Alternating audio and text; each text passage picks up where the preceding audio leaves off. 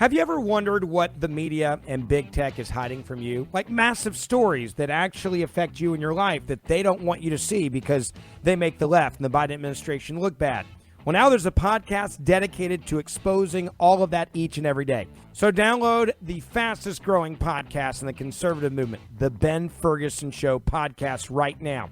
That's right. You can listen to Ben Ferguson Show podcast on iHeartRadio app, Apple Podcasts, or wherever you get your podcasts. Download it right now. Welcome to today's edition of the Clay Travis and Buck Sexton Show podcast. We're going to tell you about the Fauci lowlights that he just gave his last public pronouncements today. They're absolutely terrible, but just a bit of quick housekeeping. Charles-Marie Gustave Le Bon was born in 1841, so it was mid-19th century he was born, and he lived till 1931. He wrote The Crowd, he wrote Psychology of Revolution, a lot of but The Crowd, a study of the popular mind, is the one that he is most famous for, where he talks about chants and slogans and the mob mentality and basically the Democrat Party before it really was the Democrat Party of today. So that's well worth it for anybody who's looking for some light pre-Thanksgiving reading, Clay. Just throwing that out there. And we've got Fauci telling everybody all over the place that they need to mask up. And I know you shared this on Twitter a few moments ago. Everybody, he's still telling you to get a COVID test before Thanksgiving dinner.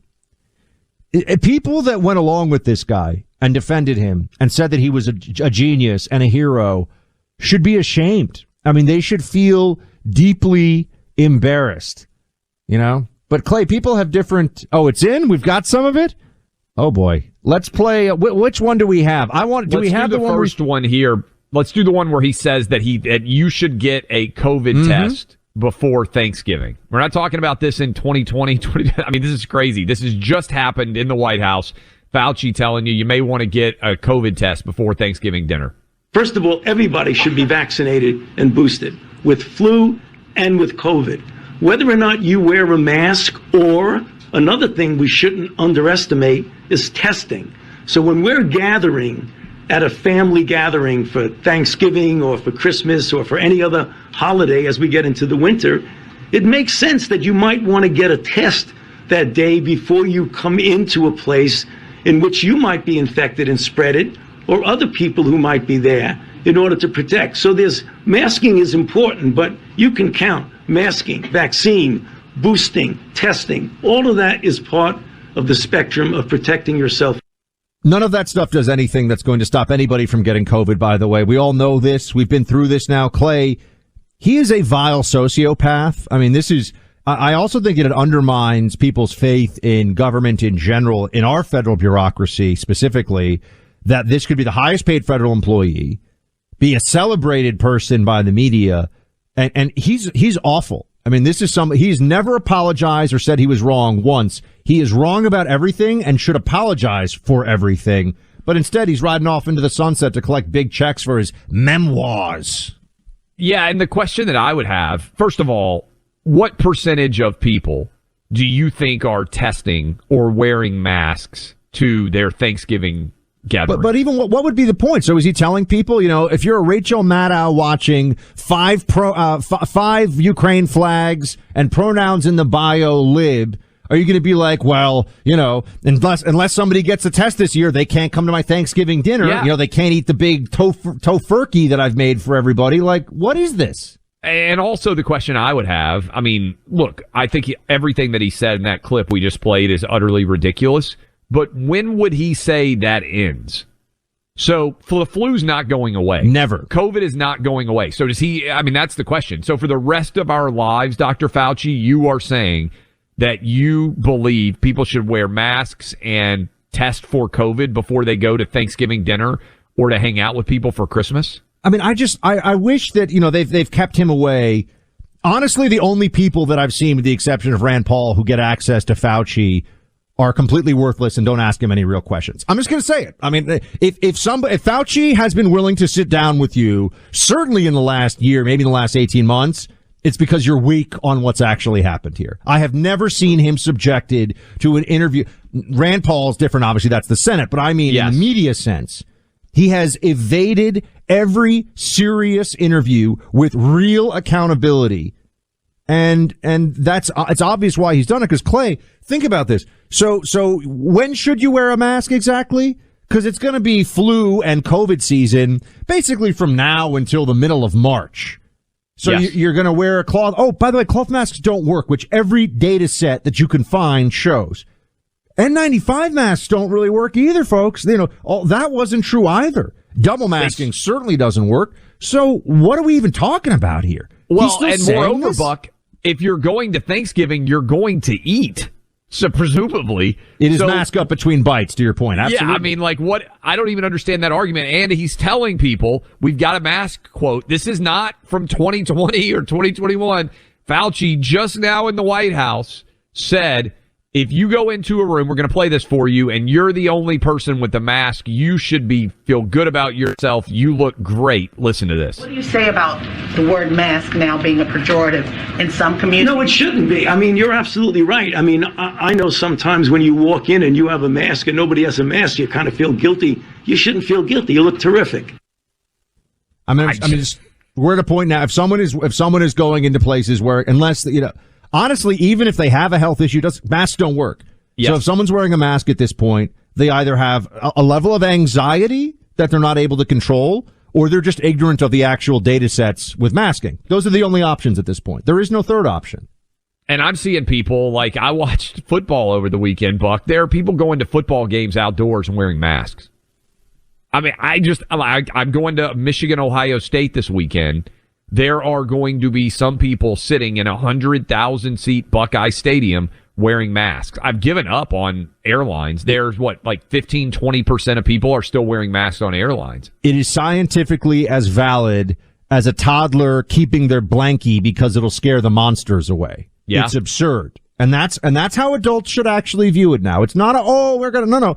Because remember, anyone who's out there still masking, with overwhelmingly, I won't say everybody, but generally speaking, people that are out there still masking, if they could, they'd make you mask too. We saw that. So this isn't a live and let live thing. This is take the stupid mask off your face. It's ridiculous. That's where they'll try to bring it back. I mean, there's stories up at HHS today that they would try to bring back masks. I'm telling you, a lot of you listening to us right now, LA's talking about doing it. You may, and your poor kids, you may well, before this winter is out, if COVID flares back up, they're going to be trying to get you to put masks back on. I'm going to be on a flight back to New York tomorrow. I've been down in Florida. I'm going to be taking a flight back to New York tomorrow. I think I'm just going to take a distance, one of those sort of distance selfies, like a Bradley Cooper at the Oscars, except they'll be, near the front of the plane. I mean, I don't fly first class because I'm not fancy, but, I like to try to be near the emergency exit. And it's always funny too. People sometimes see me, they're like, "Oh, aren't you Buck from the Clay and Buck show?" I'm like, "Yeah," and they look at me like, "Interesting. You're next to the bathroom in like row 27E," and I'm like, "That's right. That's right." I fly Southwest, Buck. There is no first class. I know you flew Southwest. You flew Southwest the Patriot Awards. That's how Clay rolls too. Because come on, we're just trying to get where we're going. It's the folks. easiest way to get somewhere. Now, sometimes I will hop on a little charter to get in and out of a college town when it's hard to get into. But are we allowed to call that Clay Force One, or is that not? Do they put a little decal on the side for you? I have not. Rush had a big plane, right? I'm hoping that one day I'll have a plane too. That's my goal. Yeah, he had a super plane. Anyway, I just saying about the plane. I want to take a photo because I'm going back to New York tomorrow from Florida.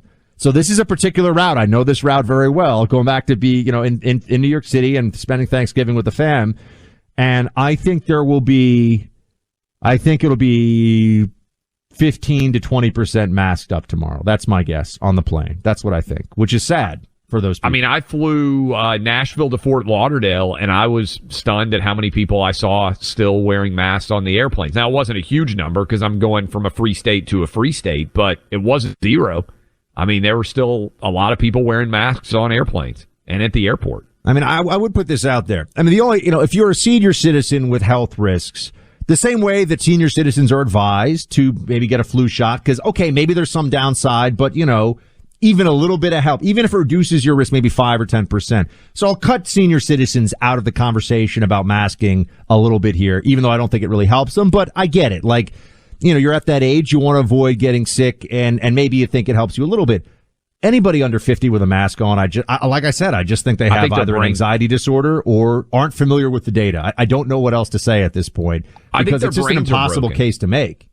Their brains are broken, and Fauci has made it worse. And Ali, our producer, saying, up in New York City, Subway's still packed with tons of people wearing masks. And I remember my wife saying this, and I thought she was crazy. She said, masks are never going away. And I feel like that's the truth now. I don't think masks are ever going to leave in the United States again. Well, because the moment that people stop wearing them is the moment a lot of people realize they never should have worn them. Yep. And it's about the ego involved of accepting that you were wrong. Like, I'm still upset that I said I didn't say stochastic properly yesterday. You can imagine if I'd been wearing an N95 mask and super uncomfortable for 2 years for no reason, Clay. Yeah, that's a tough one. I think that's why they're never going away, sadly. But we should have adults telling people, hey, it's safe. You don't need to do this. Instead, we got Fauci doing the opposite, saying you look fantastic wearing your mask. It's a good week to get started, given the fact that it's Christmas, almost Black Friday, holiday gift season. Maybe go ahead and start buying some gifts. And if you're like me, you got a lot of kids, you got a lot of presents to buy, a lot of responsibilities. How about the Tuttle twins? They will tell American history without any of the liberal bias you see in so many school books. They're a must-have for every American home. This week, they're having the biggest deal they've ever done. They have a bundle. It includes all kids' books, activity books, audio books, guidebooks, parent guides, all for 75% off the normal price. Plus, there's a mega bundle that includes all of their book bundles, too. It has the teen, the toddler, history books. All of it can make the perfect gift for all the kids in your life. Give a gift that will make a real difference in the paths they take in life and leave a positive impression for decades to come. Go to TuttleRadio.com to access this special deal. That's TuttleRadio.com. 75% off both of these bundles. Start your holiday shopping. A great gift for the holidays. TuttleRadio.com. Clay and Buck 24/7. Subscribe today.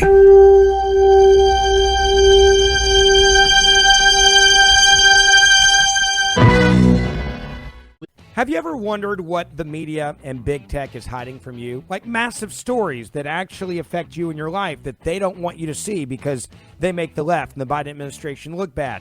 Well, now there's a podcast dedicated to exposing all of that each and every day. So download the fastest growing podcast in the conservative movement, the Ben Ferguson Show podcast right now. That's right. You can listen to the Ben Ferguson Show podcast on iHeartRadio app, Apple Podcasts, or wherever you get your podcasts. Download it right now. Newt Gingrich here, and I'd like to invite you to listen to my podcast, Newt's World. Most people know me as the former Speaker of the House, but I'm also a historian with a wide range of interests. I enjoy talking with fascinating people across a variety of topics.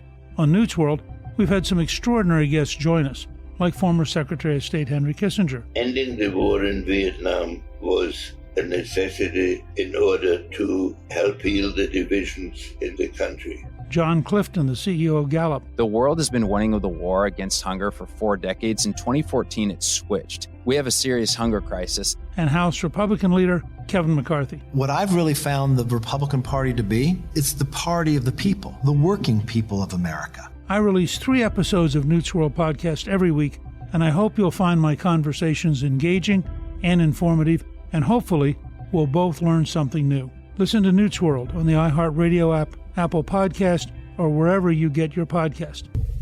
We have Florida Surgeon General Dr. Joseph Ladapo with us now. He's got a book out, Transcend Fear, a blueprint for mindful leadership in public health, which has been out for a couple of months. Dr. Ladapo, honored to have you on, sir. Thanks for making time for us. Hey, thanks for having me on. Happy to be with you guys right before Thanksgiving. Yes, sir. And one thing we are not thankful for is Dr. Anthony Fauci's leadership during the pandemic. You may have seen him giving his farewell speech of sorts today from the White House. You're a Harvard-trained MD. You are the Surgeon General of the state of Florida. You've looked at the data for your state of over 20 million people extensively. When Dr. Fauci says that you should be proud to mask up when you walk into places, that people should consider masking, that they should all get the vaccine, that the vaccine will keep anyone from dying. And there's a whole lot more we could say. What do you say as a medical professional? I say that I am stunned by Dr. Fauci's inability to adapt to data. You know, in his comments, he said something about how it's too bad that people aren't getting these COVID-19 vaccines, or for the people who aren't. Most people have, but for the people who aren't, he hates to see them get infected. Well, then he really ought not want them to get it, because as is very plainly clear, their protection from infection wanes rapidly, and that he's still not acknowledging that and still playing charade, I don't know, whatever this silly masquerade is with masks is just, it's a testament of why he cannot leave fast enough. Dr. Latipo, appreciate you joining us. This is Clay. Dr. Fauci also said that he thinks people should test for COVID before they get together with their friends and family for Thanksgiving. It is 2 days until Thanksgiving. I can guarantee you that the Travis family will not be testing before we have Thanksgiving dinner. You've got, I think, 2 kids, maybe 3. Will the Latipo family, you are obviously an esteemed physician, will you be doing COVID tests before you sit down for Thanksgiving dinner? The only thing that's going to be tested this week is going to be my patience, because our 3 boys are going to be running all around with, pumped full of yummy pumpkin pie from my wife and all that good stuff. It's really sad. It's just he has a right to believe that, of course, but it's just a testament to how sad his vision of life is. I mean, you can't just enjoy the beautiful time with people you love and care about. You have to think about testing and maybe even masking, or who knows, whatever else he's suggesting before Thanksgiving. It's sad. And yeah, in some ways I feel bad for him that's how he sees Thanksgiving. I mean, it's just sad. Speaking of Florida Surgeon General Dr. Latipo, and his book is Transcend Fear, a blueprint for mindful leadership in public health. Dr. Latipo, have a lot of doctors come forward. I mean, I would assume it's easier for them in Florida than it is in other places. I'm in Florida right now, and said that they're going to stand against some of the madness, that they're not going to pretend like the establishment experts got everything right, and that we should all still go into every hospital with a little cloth mask on all the time and all this stuff. I mean, have you seen a change in the mentality of a lot of your fellow physicians over, let's say, the last year or so, as we've really seen everything that we were told by the Fauci apparatus and the Biden administration just not actually happen? I mean, everything fell apart. I'm going to give you what I think might be a surprising answer, and that answer is no. And the reason it's no is because it's not new. Most of the doctors over the past year who have opposed these policies, they haven't changed. They've known that we've done many trials of masks, and they just have generally not been effective. They've known that the vaccines aren't doing a good job at preventing infection, but they are afraid to speak because of the repercussions. And that's really the issue. That's what's behind it. And there are consequences, and it's a very real thing. You've got boards of medicine trying to strip doctors of their license, not because of anything they did with their clinical care, but because they said the quote-unquote wrong thing on Facebook or Twitter.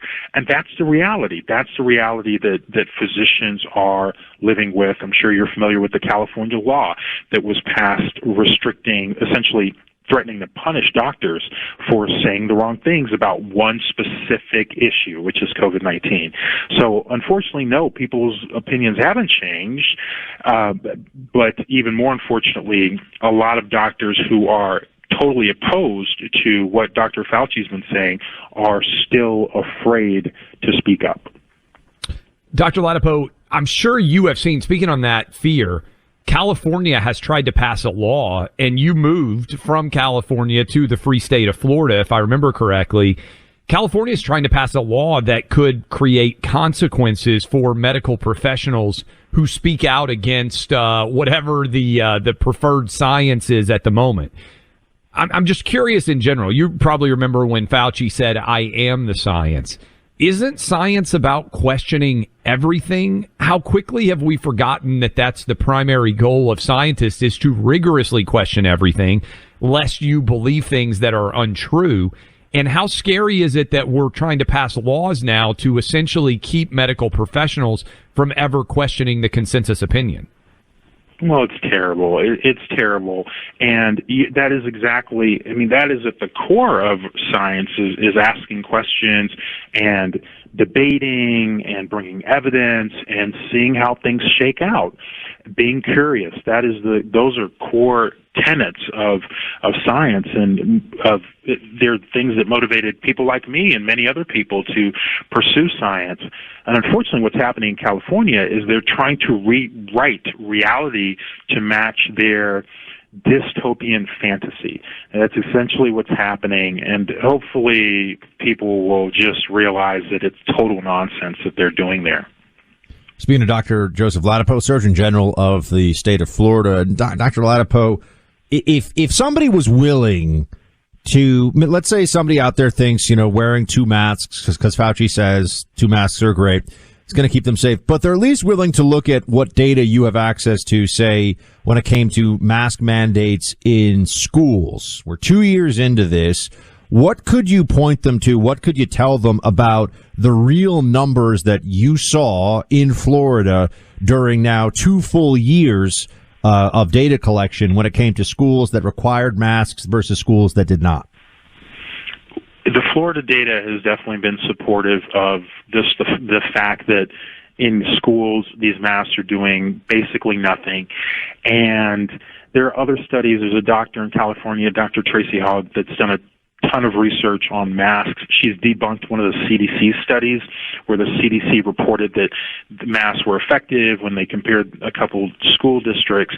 But then she looked and found that basically, actually, if you look further, it only looked that way because of the specific period of time that the CDC looked. Why did they look during that time only? Who knows? It's not that they were trying to put their finger on the scale, is it? So it's really nonsense. The air goes around, guys. If you're in a room, whether you wear the mask or not, the air is coming out, and there's even a randomized clinical trial that shows harms, believe it or not, harms associated with cloth masks in healthcare workers. So it's just a total barrel of nonsense, just complete nonsense, this mask obsession, and it cannot die soon enough. But unfortunately, many of my colleagues are trying to revive it this winter. Yeah, and so that's the question that Buck and I have been asking. How does this end? And that's the question we would ask Fauci if he would ever come on with us. You're saying, hey, this holiday season, I believe this is now the 3rd Thanksgiving we've had basically since COVID started, if I'm doing the math correctly. Fauci saying you still need to take a COVID test. You should still be wearing masks. If you're doing this in year 3 of COVID, how does it ever end? Will it ever end? And are you concerned, I think you are, just based on the way that you answered that question, Dr. Ladapo, that we can't just live and let live, because the people who are still wearing masks, if they could, would demand that all of us wear masks, including 2- and 3-year-olds, the minute that they have the power to do so? Well, you are dead on there. There's no question about that. And I think people, first of all, I think people just need to really be acquainted, comfortable with the scientific data from clinical trials. These advocates always point to these observational studies of the CDC quotes, but clinical trials are really the gold standard. And these masks have done terrible almost in all of these clinical trials. So people need to feel comfortable, first of all, that they really, on a scientific basis, they're doing little to nothing. And then the second part is just deciding that you're not going to participate in these charades.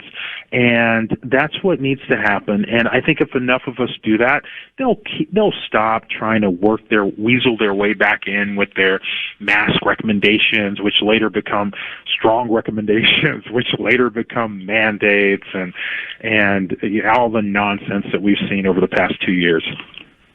Florida Surgeon General Dr. Ladapo, his book Transcend Fear, a blueprint for mindful leadership in Public Health. Dr. Ladapo, thanks for being with us. Hey, thanks so much, guys. Happy Thanksgiving, guys. You too. No doubt. Happy Thanksgiving to you as well. And thank goodness that if you live in Florida, you're still going to have some freedom. But think about how crazy this is.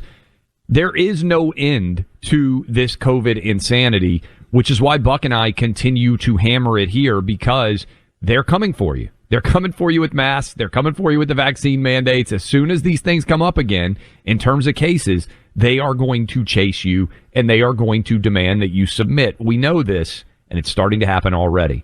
I want to tell you about our friends at MyPillow. They have built an incredible company. Mike Lindell and his team are thankful for your unwavering support and all of your purchases this year. And they've got a great offer for you as we come up on the Black Friday sales event. They've got a 6-piece towel set made with USA cotton, extremely absorbent, yet still providing the soft feel you look for in a towel. Set will come with 2 bath, 2 hand towels, 2 washcloths. Typically it retails for $89.98, but for a limited time, you can get this set for the low price of $39.98 with the promo code Clay and Buck. That's over 50% off in savings. MyPillow products come with a 10-year warranty, and for the holiday season, they're even extending their 60-day money-back guarantee.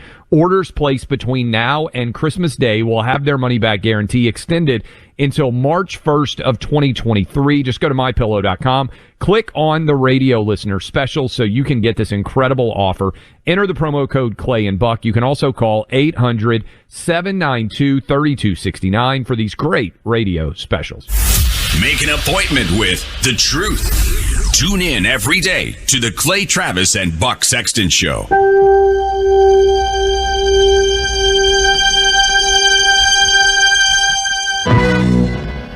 2 days until Thanksgiving. If you find yourself traveling across the country or around the world, hope you're safe. And we appreciate you listening. We are thankful for all of you. We're joined now by former Vice President Mike Pence, who's got a new book out that is being well received. And as we start with you, Mr. Vice President, I appreciate you giving us the time. We've been talking. Fauci just guys. Thanks for having me on.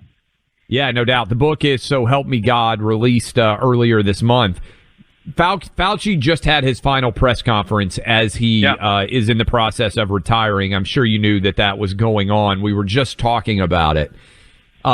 Everything in hindsight is often 2020. In retrospect, what could you and the Trump White House have done better to not allow Dr. Fauci to what I think is, quite frankly, drive us right off the cliff of insanity in terms of how we should respond to COVID? He said that people should still feel very proud if they're wearing masks. He said that as you get ready together with Thanksgiving family, that continuing to get COVID tests could make sense. Those are just some of the things he said not years ago, but just a few minutes ago at the White House. Do you have any regrets? Do you have anything that you would change about Dr. Fauci in particular and COVID? Well, first, just let me say what a privilege it is to be on with both of you. Great fan of the show. Thank you. And was honored to have the opportunity to write my autobiography, So Help Me God, that came out about a week ago. It's a story of growing up here in Indiana. It's a story of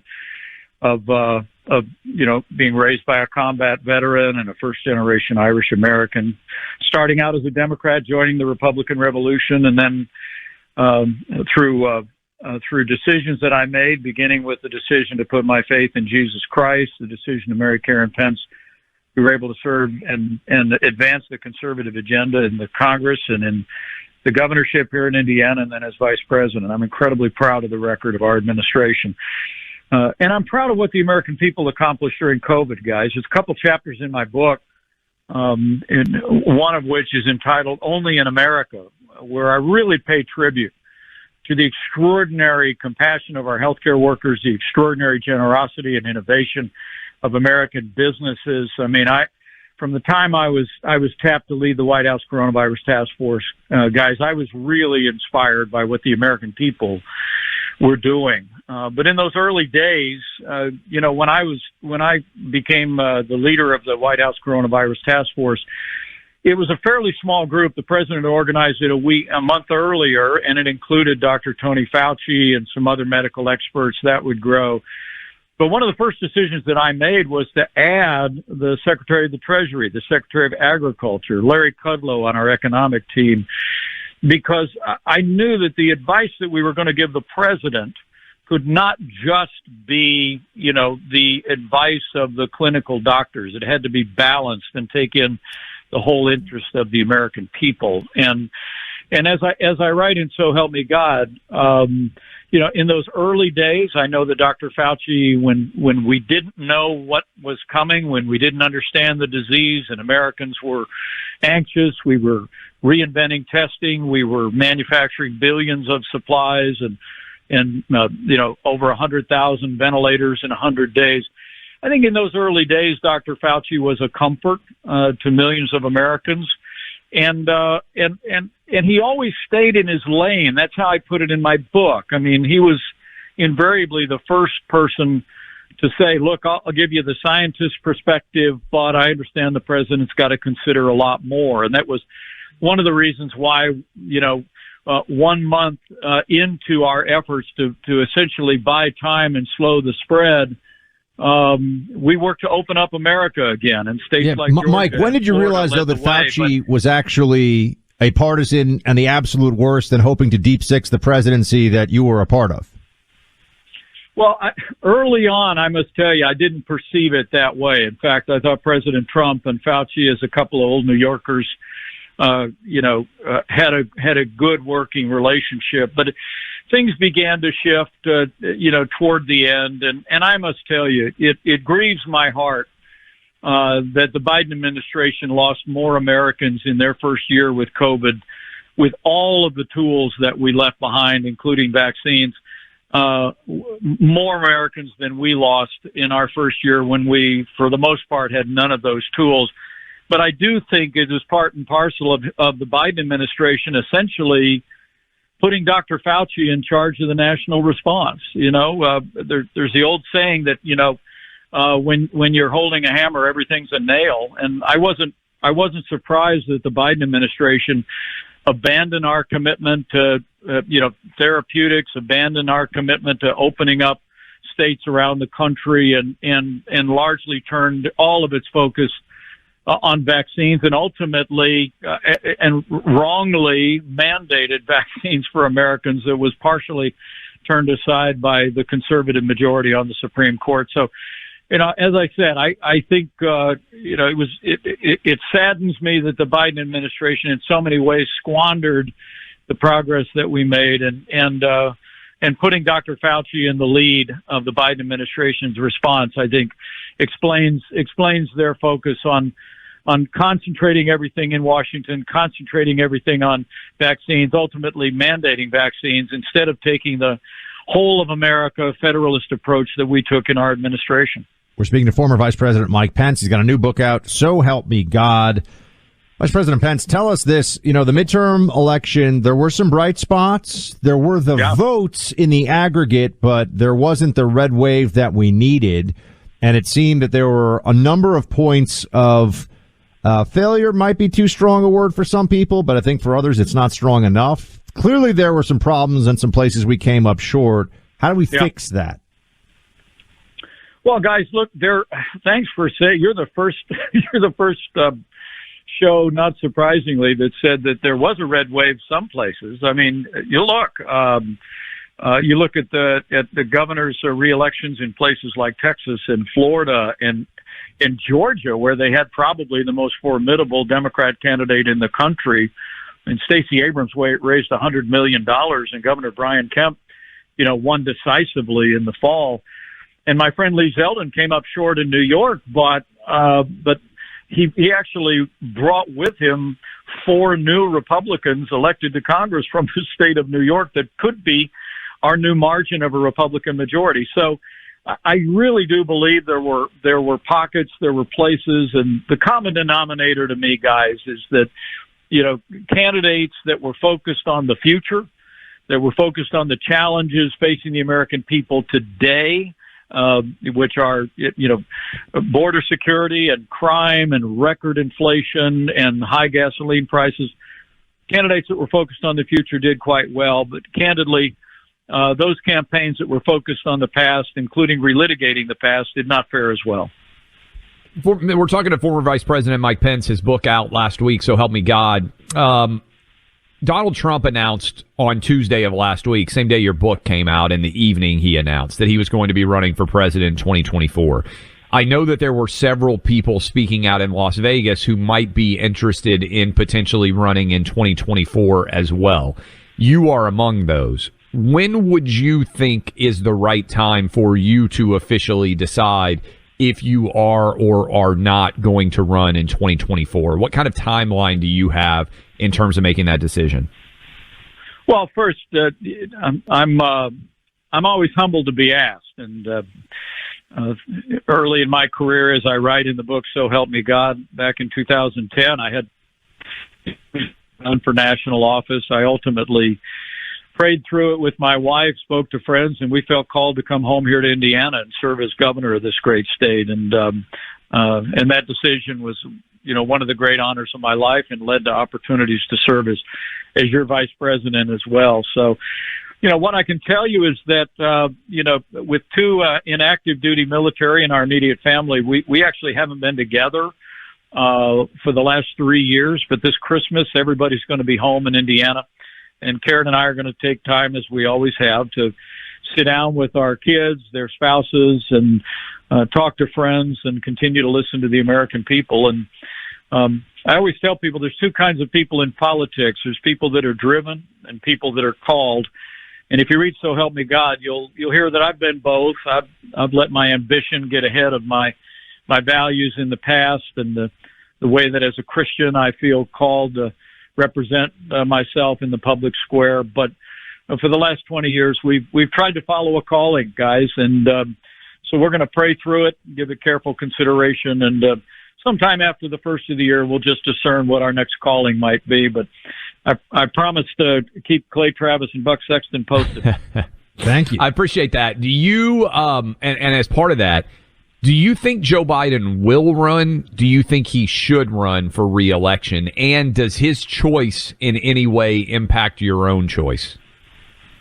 Well, the thing I'll tell you emphatically is Joe Biden and Kamala Harris should not be reelected as president and vice president. No doubt. Guys, I knew they'd be bad. I didn't know they'd be this bad, this fast. But then again, literally from day one, Joe Biden and Kamala Harris have been dismantling the very policies that created the prosperity, the border security, the strength of our economy that we had in those first 3 years of the Trump-Pence administration. I mean, they literally a gusher of spending that launched the worst inflation in 40 years, a war on energy after we achieved energy independence that has now set in motion the gasoline prices through the roof going into a Thanksgiving weekend.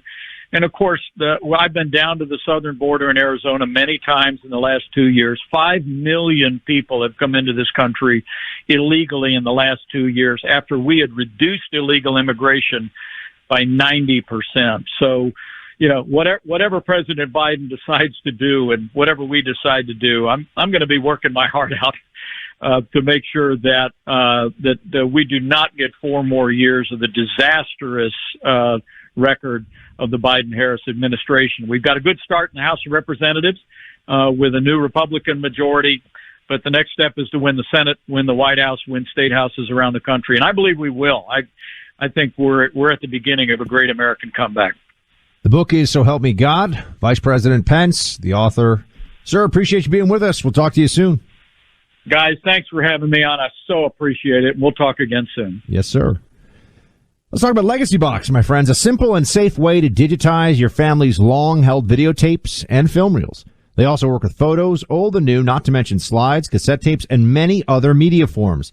Their team of technicians digitally transfers it all, and they do it carefully and by hand. They've helped over 1 million families, even my own, the Sexton family, do just that. All this gets done in Tennessee in a few weeks' time.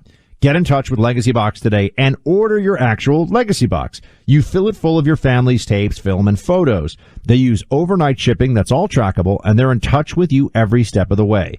This is a great week to get started since Legacy Box is giving you 65% off their normal prices during a Black Friday sales event. You can't afford not to do this for your family. The best part is seeing your old family movies again and sharing them with others. Visit legacybox.com/buck. That's legacybox.com/BUCK to save an unreal 65%. With limited quantities ready to ship, this deal is going to go fast. Legacybox.com/buck for 65% off. Legacybox.com/BUCK. Inspiring you to seek out the truth. The Clay Travis and Buck Sexton Show.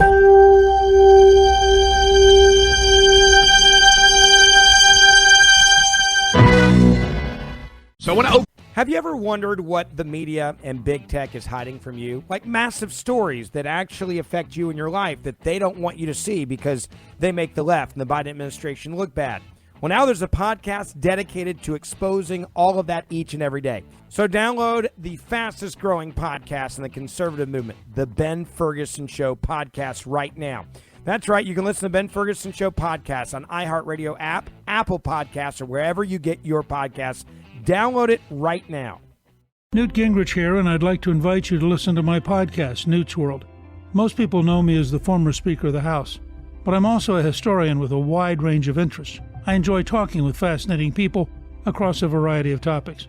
On Newt's World, we've had some extraordinary guests join us, like former Secretary of State Henry Kissinger. Ending the war in Vietnam was a necessity in order to help heal the divisions in the country. John Clifton, the CEO of Gallup. The world has been winning the war against hunger for 4 decades. In 2014, it switched. We have a serious hunger crisis. And House Republican leader Kevin McCarthy. What I've really found the Republican Party to be, it's the party of the people, the working people of America. I release 3 episodes of Newt's World podcast every week, and I hope you'll find my conversations engaging and informative, and hopefully we'll both learn something new. Listen to Newt's World on the iHeartRadio app, Apple Podcast, or wherever you get your podcast. Phone lines here yesterday, and I would encourage you to go listen to this because I thought it was a really interesting conversation. We had Nancy Grace on to talk about a story that's leading the news everywhere right now. And both Buck and myself, and probably you and some of your family as you get close to Thanksgiving, it's a conversation that will likely be emerging. And it has to do with the quadruple murder that is, as of now, unsolved from near the University of Idaho, right off the campus there in Moscow, Idaho. And we got a ton of feedback after that conversation that we had with Nancy Grace yesterday. So I want to open up phone lines, just these specific callers. If you are listening to us in Spokane, Washington, the area, KQNT AM, huge audience that we have there. We believe it extends down into the University of Idaho area, right there on the border between Idaho and Washington. I'd like to hear, and Buck would like to hear, from people in Moscow, Idaho, about how all of this is going down, what the community is responding. There hadn't been a murder there in 7 years, Buck. And there were 6 people in this house.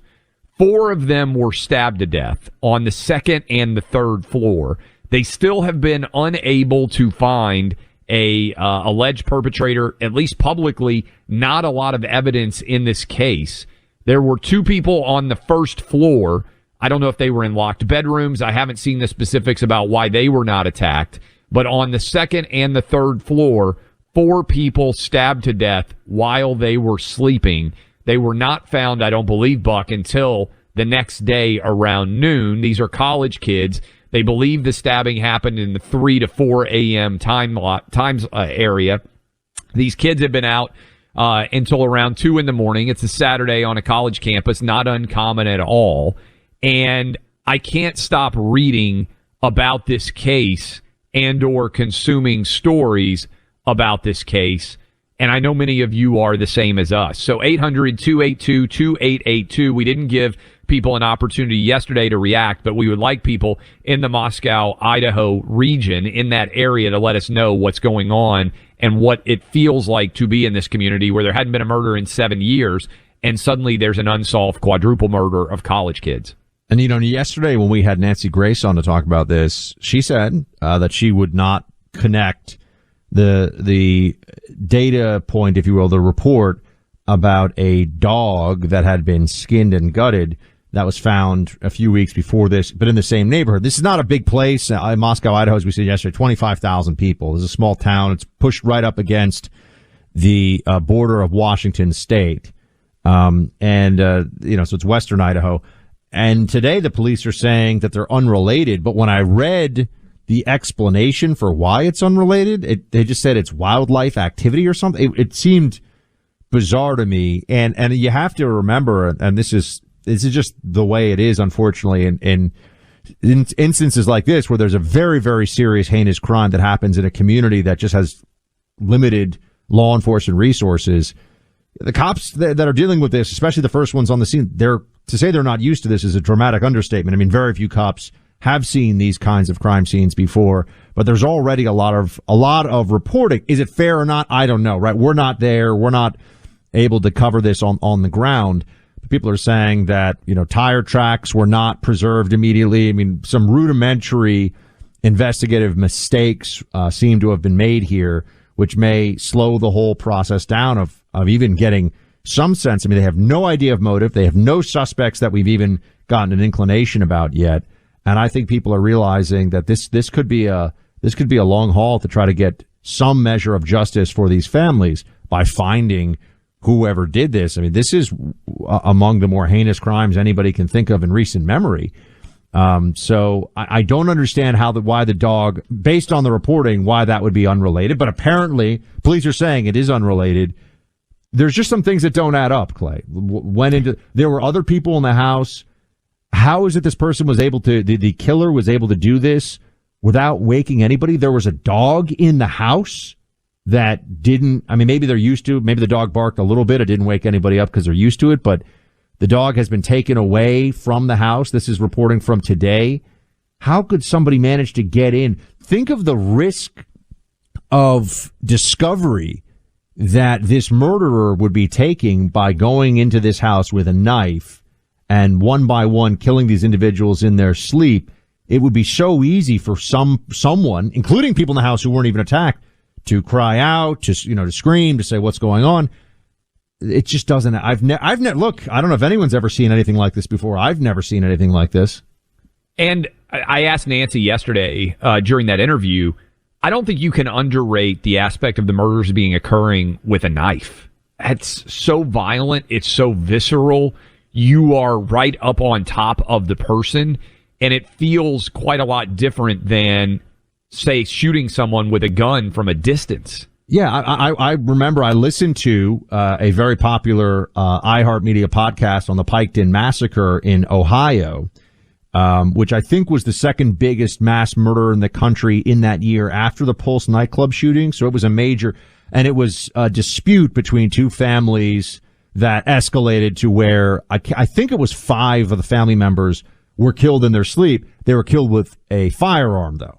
Yeah. So somebody went in and killed, and clearly there was a baby at one of the crime scenes that was spared. They didn't go after the baby. They were going after the adults in the family. It was a mass murder, 5 people killed, but they used a gun. And in this instance, this individual was using a knife, and it cannot feel right now.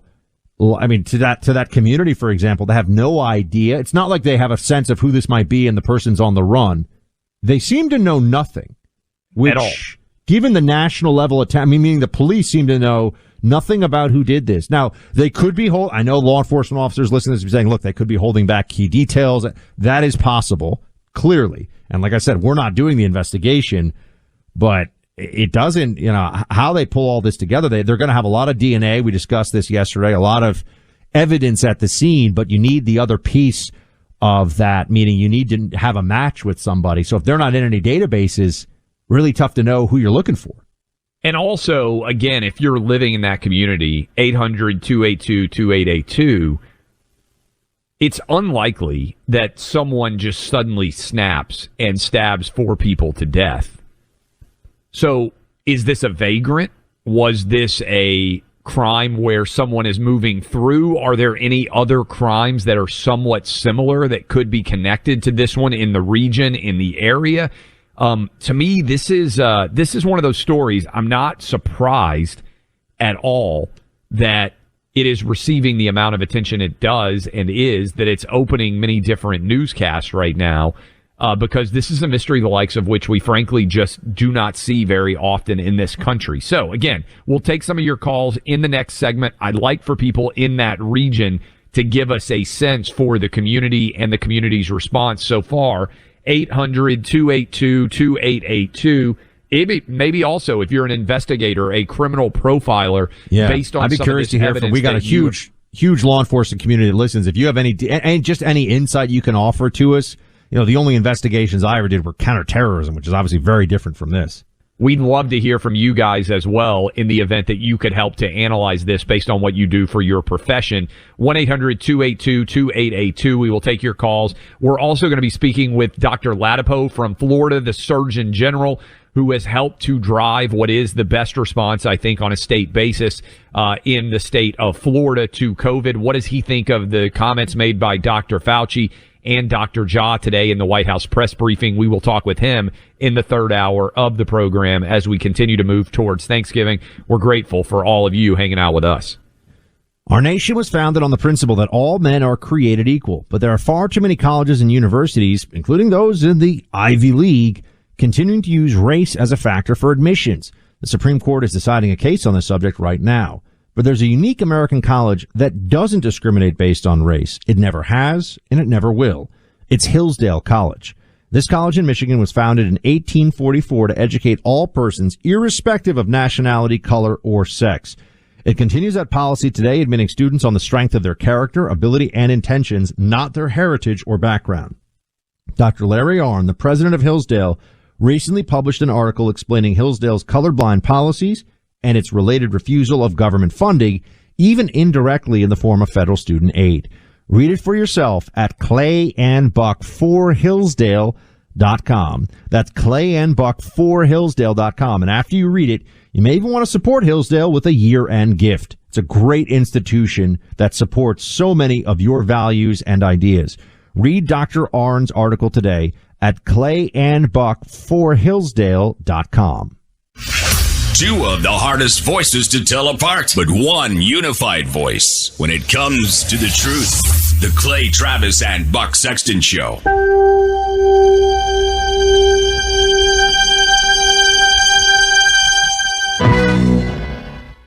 Have you ever wondered what the media and big tech is hiding from you? Like massive stories that actually affect you in your life that they don't want you to see because they make the left and the Biden administration look bad. Well, now there's a podcast dedicated to exposing all of that each and every day. So download the fastest growing podcast in the conservative movement, the Ben Ferguson Show podcast, right now. That's right. You can listen to Ben Ferguson Show podcast on iHeartRadio app, Apple Podcasts, or wherever you get your podcasts. Download it right now.